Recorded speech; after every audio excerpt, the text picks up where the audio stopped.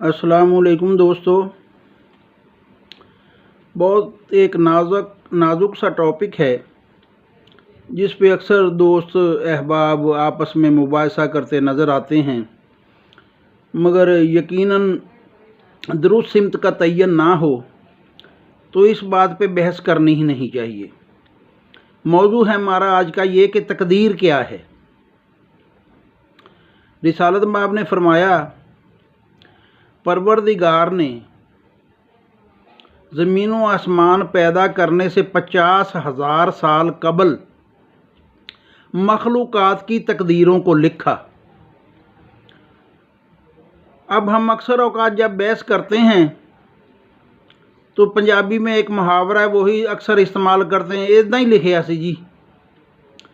बात यह है कि परवरदिगार ने अपने इल्म से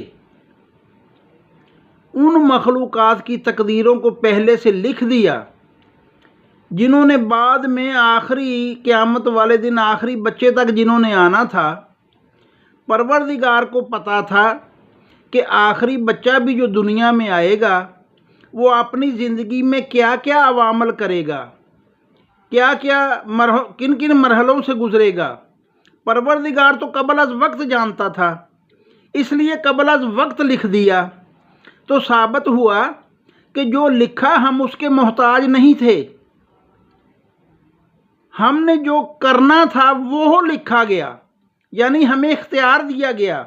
जैसे परवरदिगार फरमाता है, चाहो तो अच्छाई करो, चाहो तो भलाई करो। अगर कोई भलाई करेगा तो अपनी ही बेहतरी के लिए करेगा।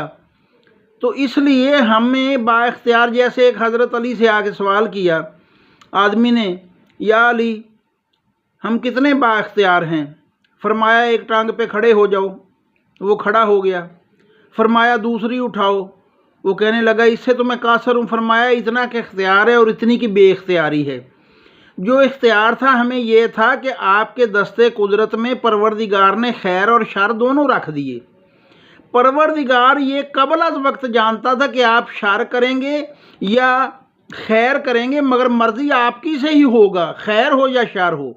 उसे परवरदिगार ने कबल अज़ वक्त लिख दिया, इसलिए वो तकदीर के ज़ुमरे में आ गया कि जो आपने करना था वो लिखा गया, ना कि पहले लिखा गया उस लिखे के मोहताज हो के आप करेंगे। ये बात नहीं है।